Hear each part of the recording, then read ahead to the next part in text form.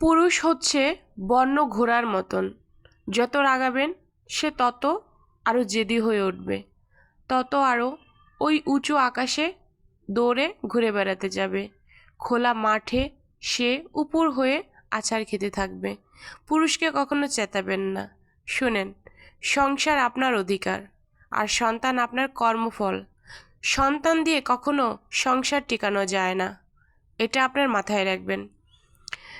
শ্বশুরবাড়ির সবার সাথে ঝগড়া করবেন, সবার সাথে ঝগড়া হবেও, দেবর, ভাসুর, ননদ, শ্বশুর, শাশুড়ি সবার সাথে ঝগড়া হলে ঝগড়া করবেন, কিন্তু তাই বলে স্বামীকে কেন ছাড়বেন?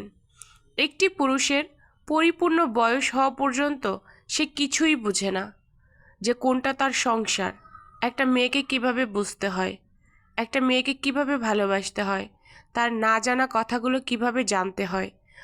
অনেক ছেলেরা আছে 27 বছর পর্যন্ত মায়ের আঁচল ধরে ধরে ঘুরে বেড়ায়, সে সংসার জিনিসটা বোঝেই না। আবার অনেকে আছে মৃত্যুর আগ দিন বলে যায়, আমার বউ, আমি তোমাকে অনেক কষ্ট দিয়েছি।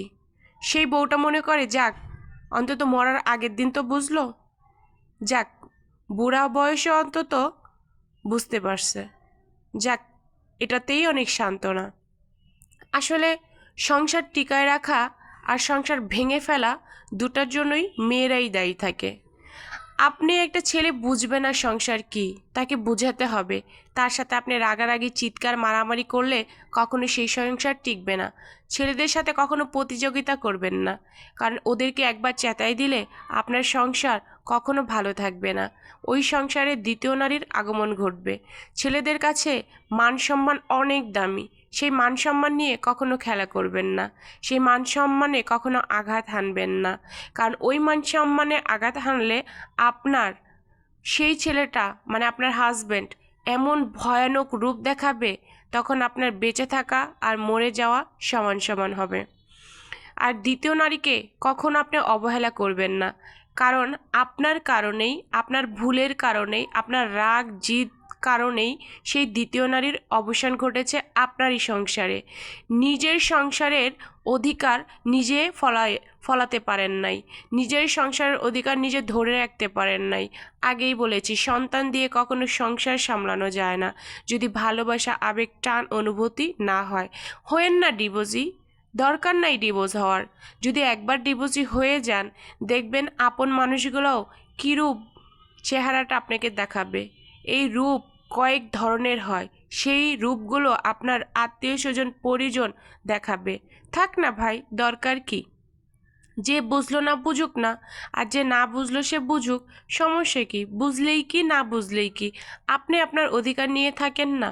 দরকার কি সে কী করলো না করলো এত কিছু মাথা ঘামানোর? আগেই বলেছি, পুরুষ লোক বন্য ঘোড়ার মতন, তাই বলে যে হাল ছেড়ে দেবেন তাও বলছি না, কিন্তু হাল ধরে রেখে যতটুক পারেন বুঝের মাধ্যমে, যদি তাও না হয় তাহলে থাক, ডিভোর্সি হওয়ার দরকার নাই।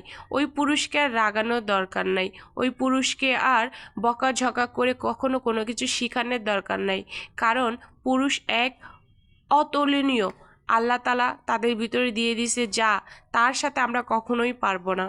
এই পুরুষ কি চায়, কখন কি কোন জিনিসটা তার প্রয়োজন সে নিজেই জানে না। এই পুরুষটা এত খামখেয়ালি, সে নিজেই বুঝতে পারে না তার সংসার জীবনটা কি, তার সংসার কখন শুরু হয়েছে এবং কখন শেষ হয়ে যাবে। তাই সবাইকে বলছি, যত নারীরা আছেন সবাইকে বলছি, দ্বিতীয় নারীকে দোষ দিয়েন না, আর পুরুষের সাথে কখনো ঝগড়াঝাটি করেন না, পুরুষের মান সম্মানে কখনো আঘাত করেন না।